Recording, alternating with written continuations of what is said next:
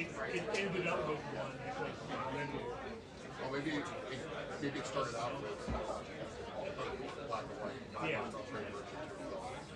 We had mine, Of course. Ours, the UV cameras, 5,000 was the best UV camera. Most forgiving colors. Yeah. I like the TK-76. Yeah. Waiting for me. I'm very young. Very, very, very.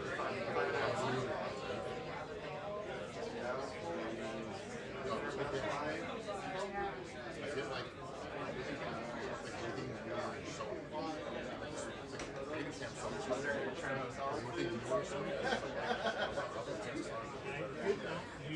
Mom's tired. You always appreciate M2. And I never got it. Not DC. What do you think of RCA? Huh? What do you think of RCA? I love it. Great program. I don't hear about that. It wasn't ergonomically. Yeah, it was flat bottom. When they came out late, but by that time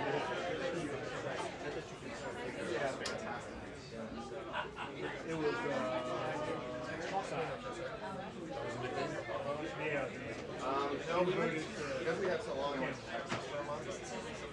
But by that time nobody was using it. They didn't keep up. Man, like $9. Yeah, I got one. I got like one. Yeah. I went got one, and I'm like, I think we're gonna go back to Costco. Yeah, yeah. Well, yeah, that's $9 extra.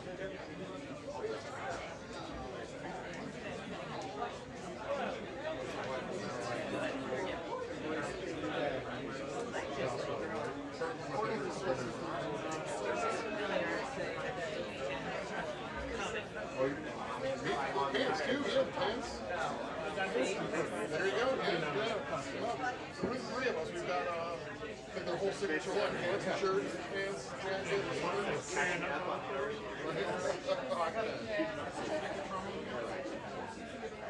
In the mornings, I swear it's only like $15. Yeah. I think if you know you're going to destroy it, yeah, they're going to get smile. So you destroy it.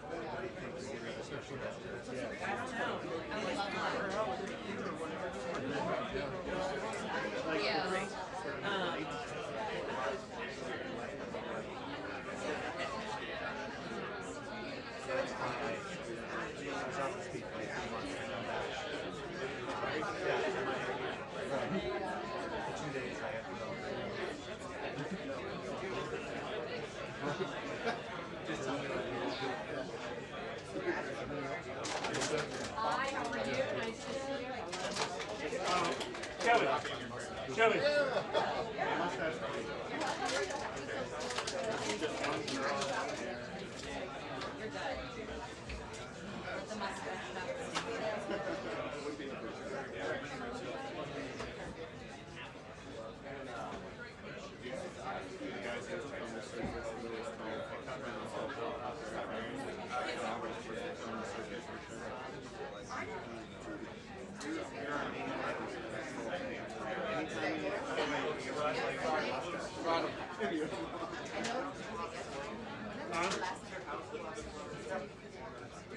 You know what? We have 3 minutes left. It's been slow. Yeah. Hey, you know what? I think she uses it or they use it. Keep track of it. It was put up years ago. Keep track of it. all the way over. What are you going to do with that? Yeah.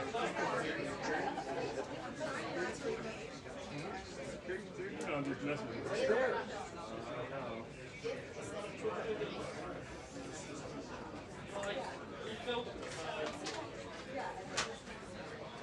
Trying to share it.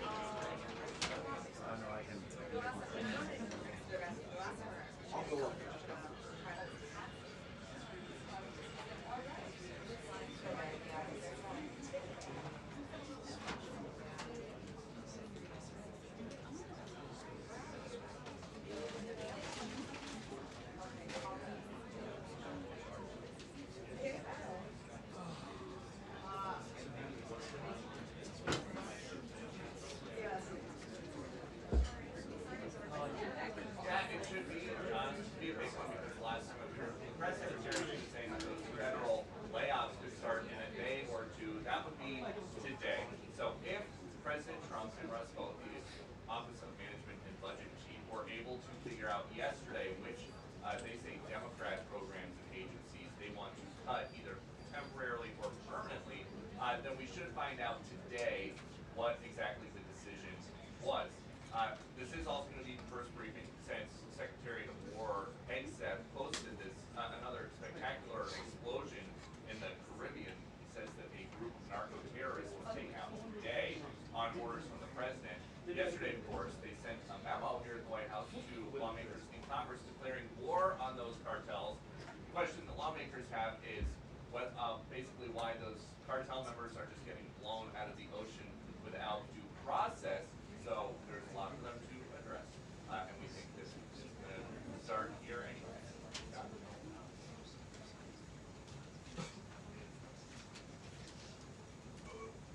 My wireless is in the chair, William.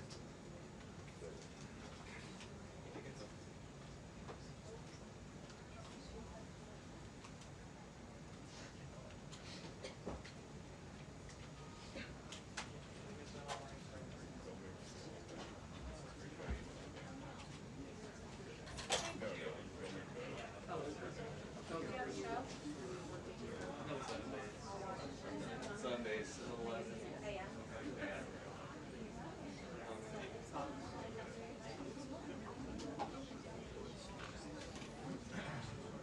Yeah. But yeah. No, it's last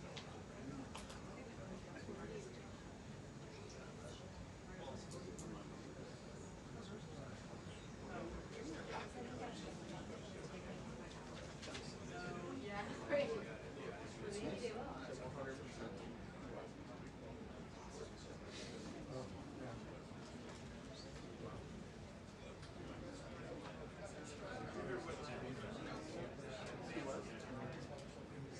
Yeah.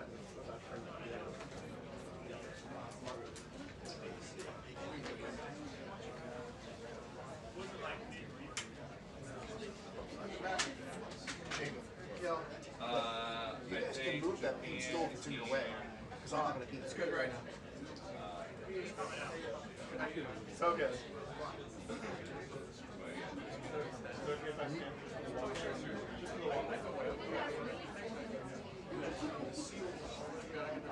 I won't talk to you when it's ready.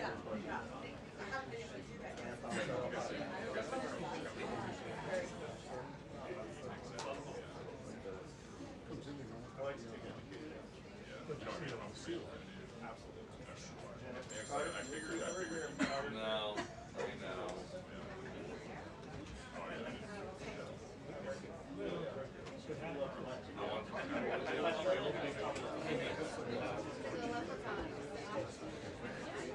But I like to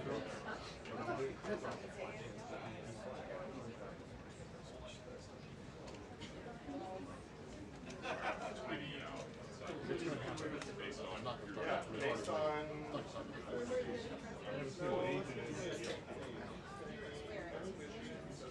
Anybody outside? that's me. The door. The door, somebody keep. You'll know in the class.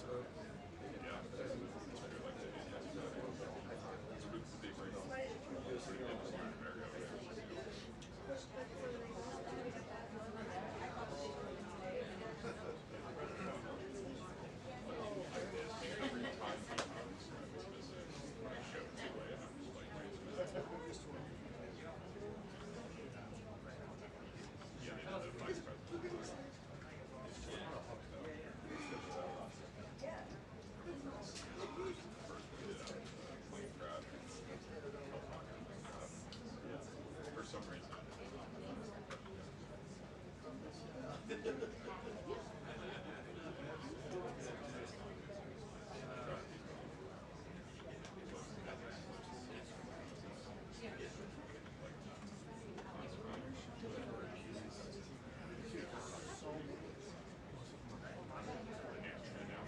There was about 20 cars pulling up on the road. We're training on the streets.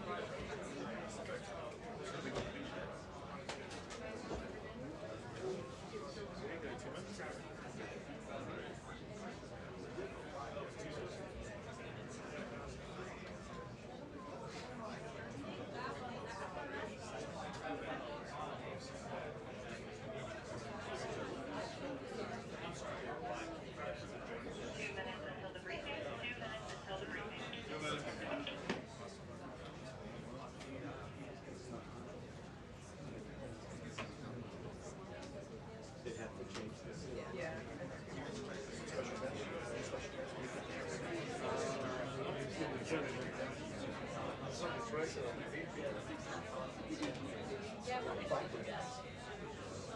know, that's what I said.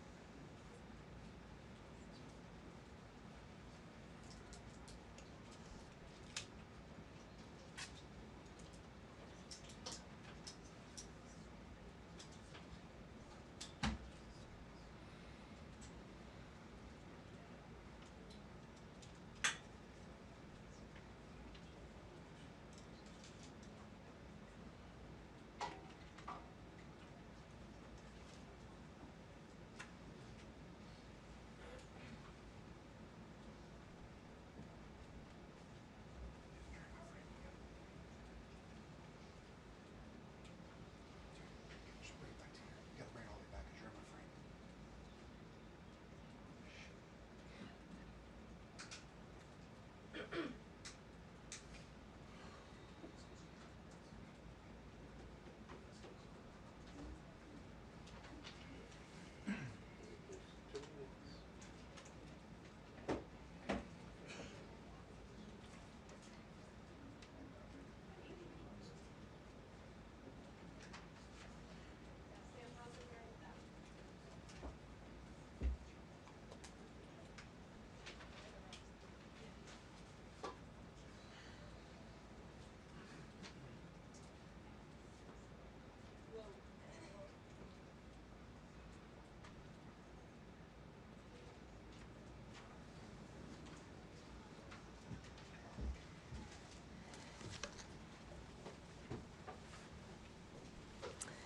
Good afternoon, everyone. We are now in day 3 of the Democrat-led government shutdown. The Democrats continue to recklessly hold the American people hostage over their demands to give illegal aliens free health care. Republicans are fully unified behind passing nonpartisan clean funding bill, the exact same bill that Democrats approved back in March to reopen the federal government. But those same Senate Democrats are now voting against this clean funding bill and keeping the people's government closed. I understand Democrats will have an opportunity very shortly here to change course, and we hope that they will. There are significant personal impacts on millions of Americans as a result of this current government shutdown. The 1.3 million men and women of America's Army, Navy, Air Force, Marine Corps, Coast Guard, and Space Force who serve honorably and put their lives on the line to defend us all are not being paid.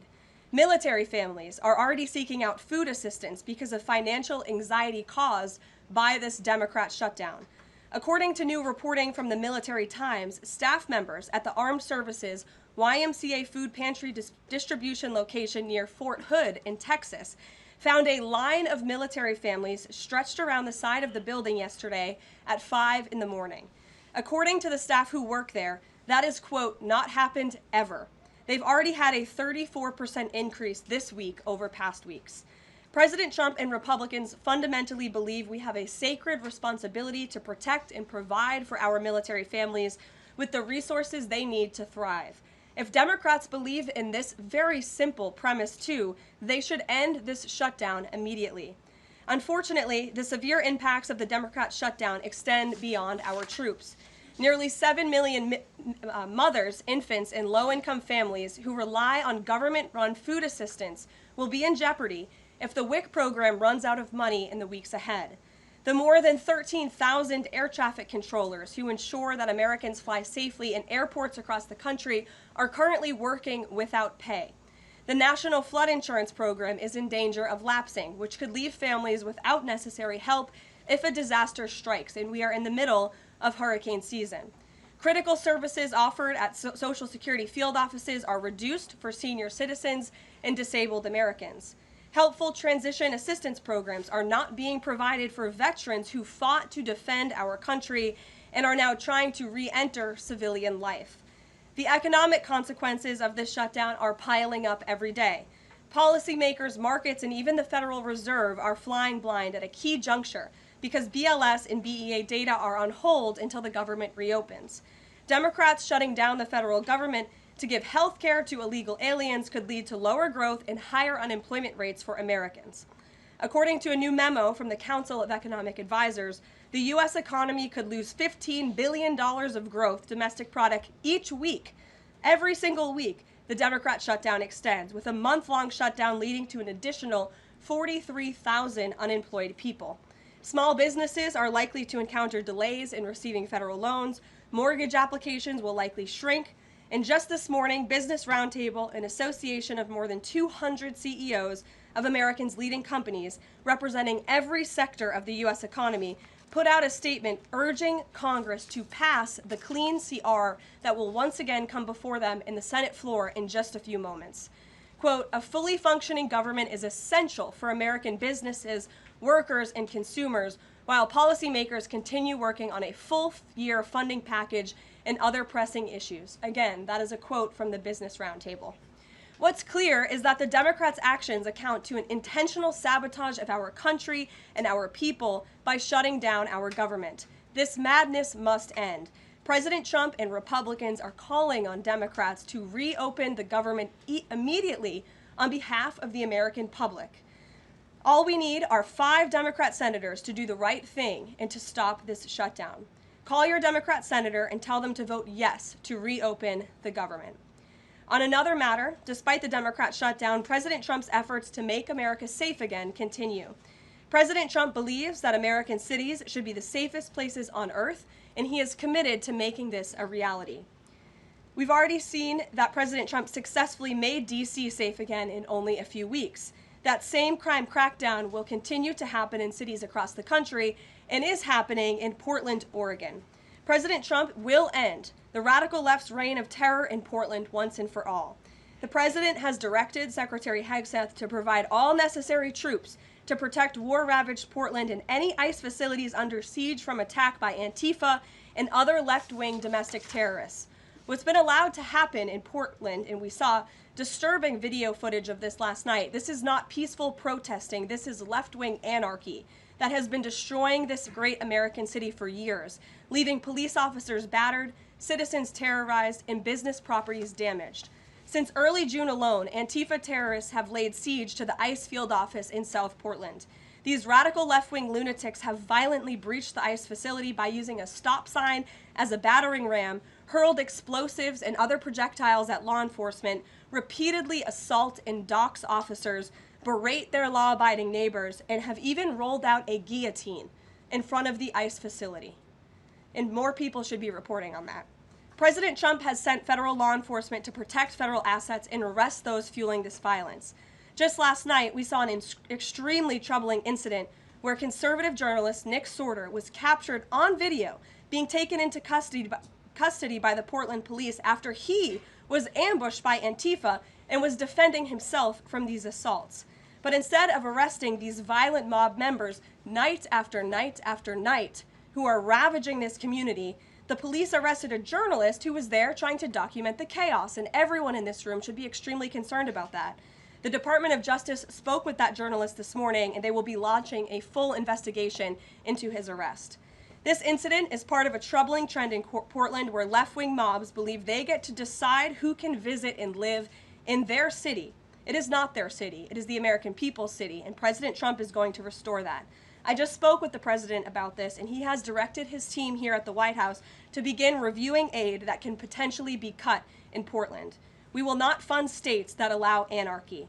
There will also be an additional surge of federal resources to Portland immediately, including enhanced CBP and ICE resources.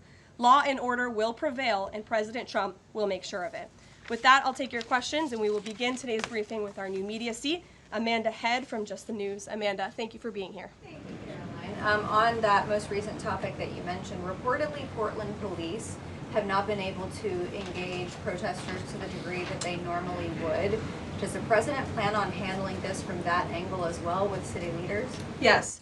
From our understanding, the law enforcement that we have here in the Homeland Security Task Force, I spoke with them this morning, and what they're seeing is that unfortunately, local police has been restricted from responding or cooperating at all with federal authorities, which is completely absurd. We have surged federal law enforcement personnel to this city to restore law and order and to work alongside local law enforcement. And we've seen the benefits of this in Washington, D.C. And all of you live here, so you can agree Washington, D.C. is and feels much safer because of the cooperation between federal and local law enforcement. They can and must be working together, and we think it's despicable that these local elected officials who swear an oath to protect their people are preventing law enforcement from doing their jobs on the ground. So that's why the president has directed his team here at the White House, and they are already on it to look into how we can cut funds.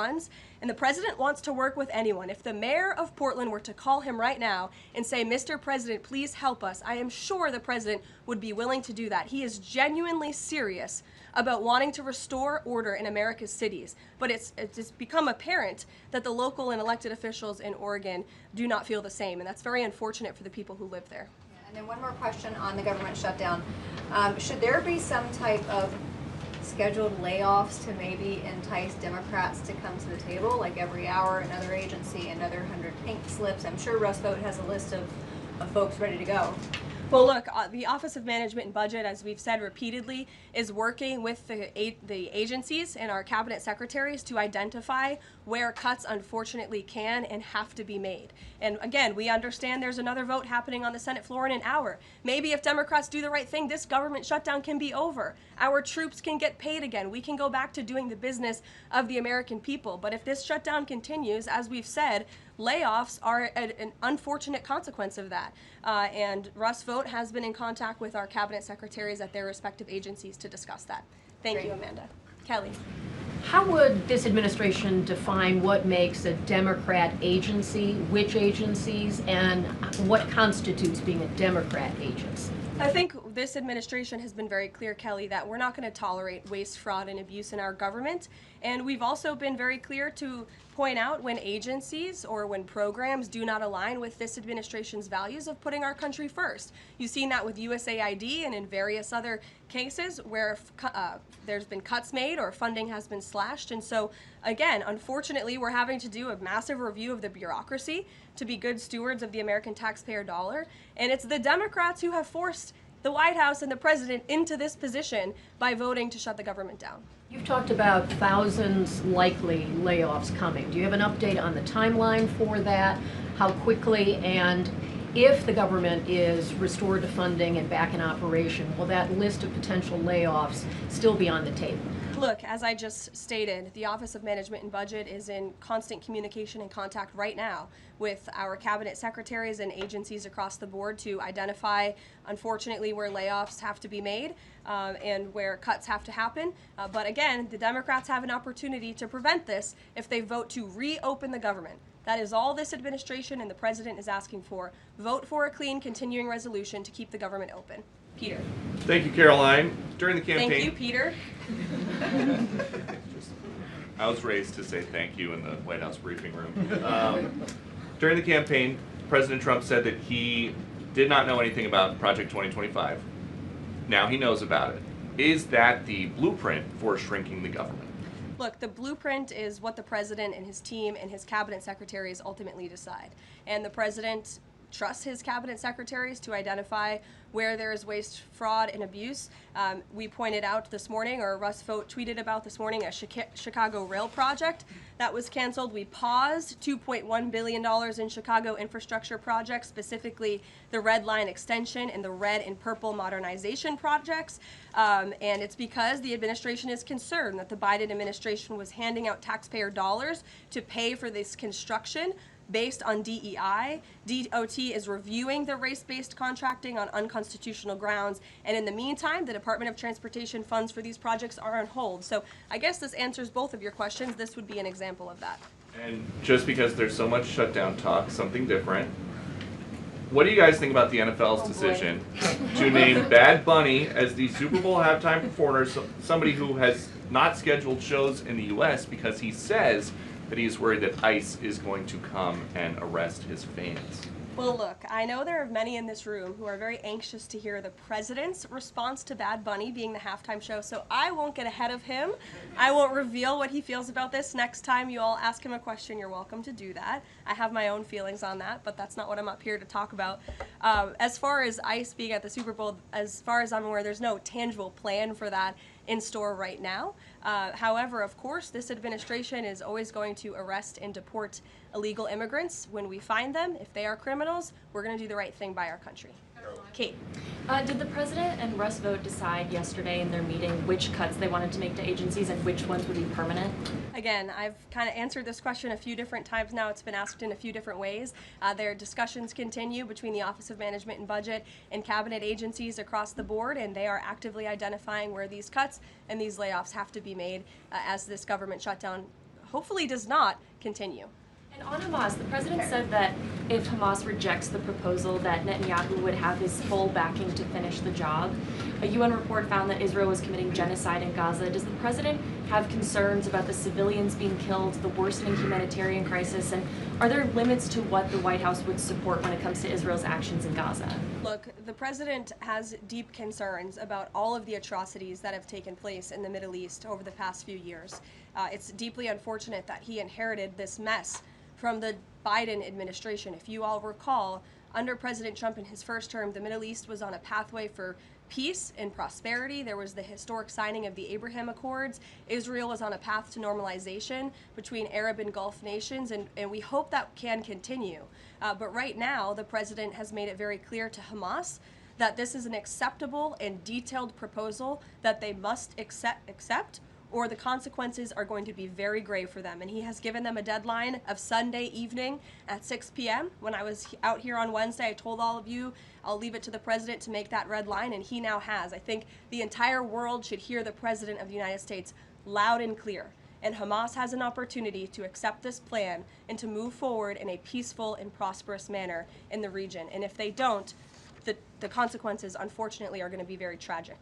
Michael. Thank you, Caroline. Has the president declared war on international drug cartels? And if so, or if he will, does he feel he needs congressional approval? As the White House has said many times, the president has directed these actions, these strikes against Venezuelan drug cartels and these boats, consistent with his responsibility to protect the United States interests abroad and in furtherance of the U.S. national security and foreign policy interests. This is pursuant to his constitutional authority as commander-in-chief and the chief executive to conduct foreign relations. In each of these cases, Michael, the vessels have been assessed by the U.S. intelligence community to be affiliated with designated terrorist organizations engaged at the time in trafficking illicit drugs to our country. The president has been very clear, dating back to the campaign trail, that he is always going to do what's in the best interest of the American homeland. And he also promised the American people he was going to end the drug epidemic that has taken far too many American lives. And you're seeing those actions play out almost every single day here. Last question on the shutdown, Caroline. Hakeem Jeffries has said that President Trump is in the Presidential Witness Protection Program since the shutdown has begun. What's the White House's reaction to that? That's just more ridiculous fodder from Hakeem Jeffries. As you all know, because you're here every day, the president is literally working around the clock right now. I think he has a swearing-in ceremony, or he already did. He has several meetings on the books today. He literally works 24/7. Anyone who works in this place or covers this place, as you all do, knows that to be true. And Hakeem Jeffries and the Senate Democrats should get back to work in a few minutes and vote to reopen the government. Emily. Thank you, Caroline. You spoke earlier about the energy and infrastructure projects that Director Vought paused. Will the White House agree to restore that funding as part of a deal to end the shutdown? Well, I won't make any agreements here. Senate Republicans are talking with their colleagues on the Democrat side But right now, Russ Vought is doing what he's been tasked to do in the midst of this government shutdown, which is to look at funds that need to be temporarily halted or need to be canceled. And Chicago is just another example of that. Karoline. Go to Libby in the back. Thank you, Caroline. I have two questions for you. One on the FDA, but first on the shutdown. Sure. Will the administration, if this government shutdown ends, still move forward with firing thousands of federal workers? Look, as I've said repeatedly, Libby, right now we want the government to be open. Layoffs are an unfortunate consequence of a government shutdown, and it's something the administration is examining. If the government is reopened, we're going to get back to doing what we were doing last week and the week before, working on the issues that the American people care about. And then on the FDA, they just approved that new abortion pill, and it's causing a lot of uproar among Republicans. What is the president's response to that, and does the administration plan to have that hold that FDA approval? Well, the Secretary of Health and Human Services, Bobby Kennedy, has put out several statements on this. The HHS's decision, it's not an endorsement of this drug by any means. They are just simply following the law. And as they put out in their statement, by law, the Secretary of Health and Human Services must approve a generic drug application if the application demonstrates the generic drug is the, quote, same as the brand name drug. Generic applicants are not required to submit independent evidence proving safety and effectiveness. As such, FDA's decision to approve a second generic version does not address the merits of the current safety program. HHS is reviewing adverse effects to ensure the FDA's required safety program for the drug is sufficient to protect women. This safety review equally applies to generic versions of this drug. So FDA and HHS are following the law. It's, again, not an endorsement of the drug itself. Mary. Thanks, Karoline. Two questions on the shutdown. You've argued that these impending layoffs are necessary to keep essential services up and running, but that has never been the case in any previous shutdown. Even when the government was shut down for 35 days in Trump's first term, you've never had to lay off thousands of workers to keep essential services up and running. So why are layoffs now necessary in this shutdown? Because we have an administration and we have a president who are wholeheartedly focused on restoring fiscal sanity to our government and doing the right thing by the American taxpayer. We are $37 trillion in debt, and the federal government is currently shut down. There is no more money coming into the federal government's coffers. And as you've also seen since the beginning, in January, this administration is focusing on waste, fraud, and abuse. And so Democrats have given this administration an unenviable choice to have to take a look at the balance sheet and identify where these cuts and layoffs can be made. And you just said this is an unenviable choice, that this is an unfortunate consequence, but the president has described this as an unprecedented opportunity to lay off additional workers. He's posted a video likening Russ Vought to the Grim Reaper. So which is this? Is this an opportunity to fire more workers or an unfortunate consequence? Look, the president likes to have a little fun every now and then, and I think both things can be true at the same time. The Democrats have given the administration this opportunity, and we don't like laying people off. Nobody takes joy in that around here, and if you think that, then I think that's very sad. You view the White House and our staff as wanting to put people out of work. Nobody wants to do that, but sometimes in government you have to make tough decisions. Carrie. Going back to Portland, as far as the city council there is concerned, they appear to be very sympathetic towards the protesters over at the ICE facility. Is the White House considering invoking the Insurrection Act over in Portland? Is that something they are considering also? As far as the Portland City Council is concerned, are they looking at the members there who are appear to be helping out the protesters as far as suggesting to get burner phones, et cetera, et cetera? That's not something I've heard that's under consideration or discussion at this time. Caroline. Who's ever yelling in the back? Go ahead. Me. Sure. Thank you. Bianca Gracia here, and I have a question. This week, the Democrats have chosen illegals over hard-working Hispanic Americans during Hispanic Heritage Month, causing the White House to cancel the celebration with the president. Is the president open to letting the Hispanics, who overwhelmingly voted for him, have their own siesta fiesta in the White House lawn opposed to the fancy, we don't need fancy schmancy, right? You can give us the backyard and we'll fill it all in and have in our own fiesta. Is the president open to that? I had no idea she was going to ask that question. I just want to preface that.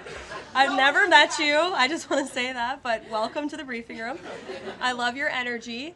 I can't personally unilaterally promised the South Lawn grounds. We have some construction going on out there, but I know that everyone here views it as very unfortunate we had to cancel or hopefully just reschedule the Hispanic American Heritage Month event, and it's because we are working around the clock during this government shutdown.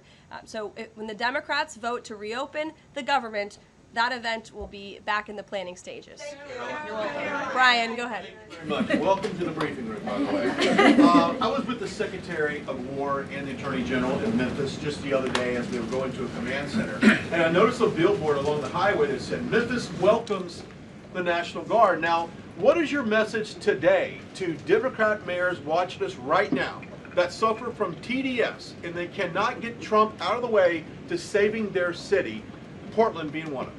They should do the right thing by their citizens, Brian. They should call the president, they should call the White House and say, we want to work with you. And in Memphis, we are seeing some cooperation. As you saw from that billboard, the people of Memphis are loving this, and they are very grateful for the federal government's efforts. And federal law enforcement is there. We're working alongside local law enforcement. We'd like to see it ramped up a little bit because we want to make progress, and we want to arrest as many bad criminals as we can.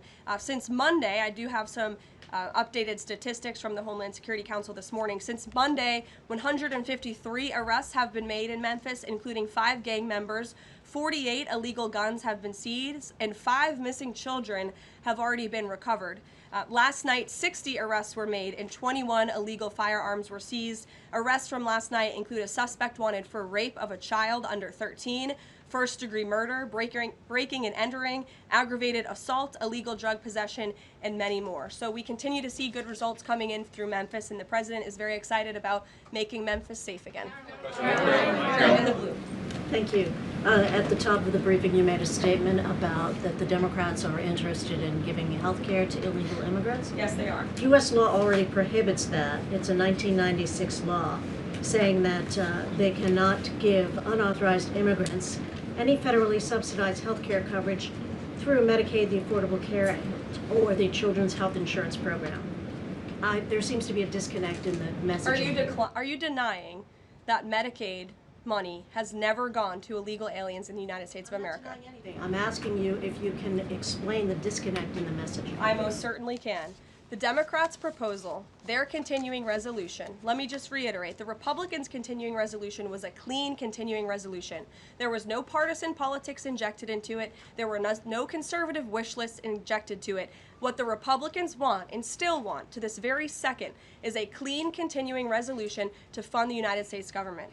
What did the Democrats want in their continuing resolution? They inserted a provision to undo a provision in the Working Families Tax Cut, the One Big Beautiful Bill, that ended taxpayer-funded health care illegal benefits for illegal aliens. Democrats' proposal would require Medicaid to pay more for emergency care provided to illegal aliens than Medicaid does for American patients who are disabled, elderly, or children.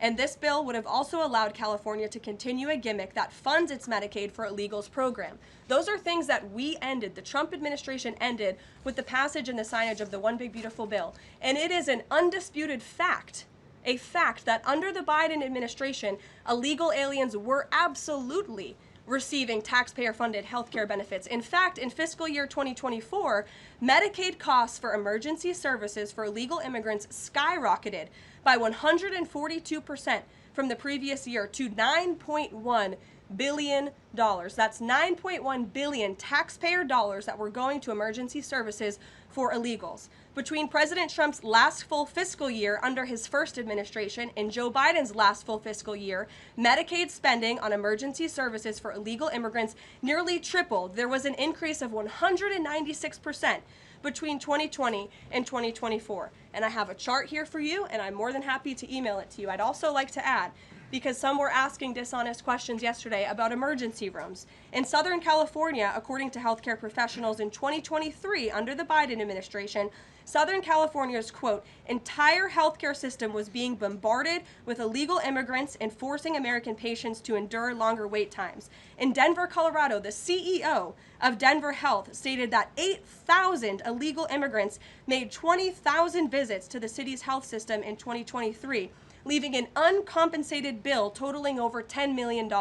So when a legal alien goes to the emergency room, who's paying for it? The American taxpayer. The main safety net hospital in Denver had to turn away patients due to the massive influx of illegal immigrants into the community, and UC Health hospitals in 2024 reported their system was under stress from an increasing number of migrants. As a result, according to the head of emergency departments and urgent cares across the hospital system, quote, access is impeded for everyone. These are healthcare professionals who dealt with this directly, and there's a lot more where that came from. It is an undisputed fact that Democrats want to give taxpayer-funded healthcare benefits to illegal immigrants, period. Ed. Yeah, thank you, Karoline. Is the president talking directly to Democratic senators to try and get their vote for a clean CR? The Senate Republicans are speaking directly with moderate Democrats. I understand those conversations have become very serious, and we hope positive in the right direction so that Democrats will do the right thing. I don't know if you saw overnight a refinery in California went up in flames. Is the president going to help the governor should gas prices spike, or could he help the governor? Look, I know the administration and the White House are aware of that situation that took place. I don't have any announcements for you, Ed, on that. Has the president seen the first draft of the commemorative coin that the Treasury is doing for the 250th anniversary? It has his face on it. Oh, I'm not sure if he's seen it, but I'm sure he'll love it. Kara. Thank you, Caroline. It's now being reported that former President Biden's DHS and TSA placed peaceful January 6 protesters and even Americans who refused to wear masks during COVID onto watch lists usually reserved for terrorists. Most of these people were not charged with crimes. Does the White House have a comment on the prior administration violating the free speech and due process of these Americans? And where is the outrage from the left that claims to stand for due process and free speech? And after that, I have another question about protecting journalists from Antifa. Sure. Well, Kara, to your first point, please send me that report. That's certainly very concerning. I haven't seen it myself, but if indeed that was happening, it's something I'm sure the Department of Justice and the FBI would deem worthy of looking into. Journalists, as you mentioned earlier, are being increasingly attacked by leftist protesters. I was actually assaulted outside of President Trump's United Nations speech, and I think the White House is aware that a Portland journalist was almost blinded by an Antifa protester. This has been a problem that's gone on for years, and police often say that their hands are tied. Does the White House have a plan or plan on issuing a statement maybe discouraging this violence against journalists out on the street like me and so many others in this room? Well, I hope that my statement earlier in the briefing served that purpose, but of course we condemn violence against anyone in this country, and journalists as well, who are exercising their First Amendment right. And there have been so many incredible independent journalists across the country who have gone undercover within Antifa and really have come to understand how this is a growing domestic terrorism threat inside of our country. And I would encourage maybe some of you in this room to get outside the Beltway and go do some of that undercover investigative reporting, because it is really incredible what they found. I met with one of them in my office yesterday, and they're doing very dangerous work in difficult circumstances, and Antifa is a very violent group, as you've experienced and that many others in the media have as well. Christian. Yeah, thanks, Caroline. Following up on Libby, sort of on the other side of the abortion debate, has the president abandoned his campaign pledge to mandate insurance coverage for IVF services? No. Was there any update on that? We flew by that May EO deadline for the White House to produce a plan. I literally just read a statement from the Health and Human Services on for Libby at least, as far as IVF goes. I'll check in with our policy team and we'll get you some updates. Russia, how concerned is the White House that the Russian Navy seems to be escalating its provocation of NATO allies? I'm talking, of course, to the several close calls they've had with the Danish military during the EU leaders meeting in Copenhagen. It's something the administration takes very seriously, and we are constantly monitoring it. The National Security Council here at the White House is in constant correspondence with our NATO allies, and the president speaks to many of them as well. Yes. We've seen a spate of gun violence in this country, both mass shootings. We've seen this Michigan church that was attacked, children being shot in pews in Minnesota. We've also seen politically motivated assassinations of Minnesota lawmakers, Charlie Kirk. Has any of this made the president or the White House rethink gun safety prevention in this country? Either red flag laws, I know that was a conversation in the first Trump administration, or is there anything on the table right now on gun violence? Of course, this is an extremely pressing issue for the administration and our entire country.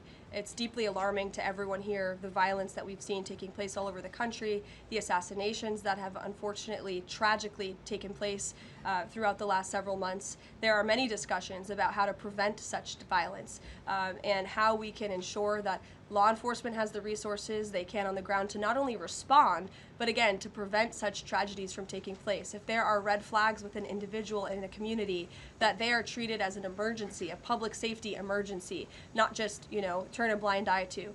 There's many other things we can do, but the administration and the president has always also made it clear he's always going to protect the constitutional right, the Second Amendment constitutional right of Americans to own guns. Would you advocate for Congress to pass a federal red flag law? Right now, they just incentivize states financially to have red flag laws, but I know Lindsey Graham has worked on this as a Republican. There are some Republicans that do support this kind of gun safety legislation. I don't want to get ahead of the president on any congressional action or any suggestion to Congress on that matter. Andrew.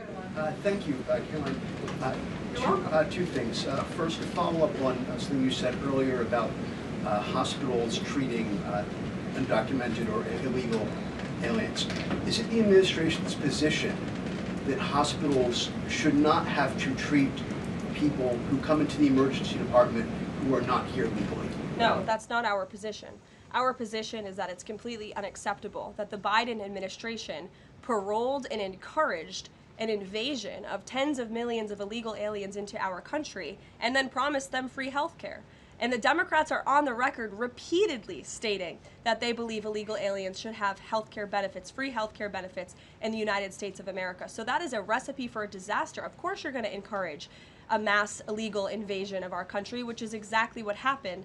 And we've seen the unfortunate consequence of that, where American patients are being put last, where American patients are having to wait in wait rooms, where grandmothers and grandfathers are waiting hours and hours for care because they're being put behind the line to illegal aliens. And we don't agree with that. We don't support that. That's why the administration is desperately trying to fix it and deport the tens of millions of illegal aliens that the Democrats and the Biden administration allowed into our country. And we'd love to continue doing that work so long as the federal government is reopened. And there are many federal law enforcement agents and officers right now who are working without pay. That's unacceptable. The Democrats need to reopen the United States government, and we hope that they will do the right thing on the Senate floor in just a few moments. Thank you, everyone.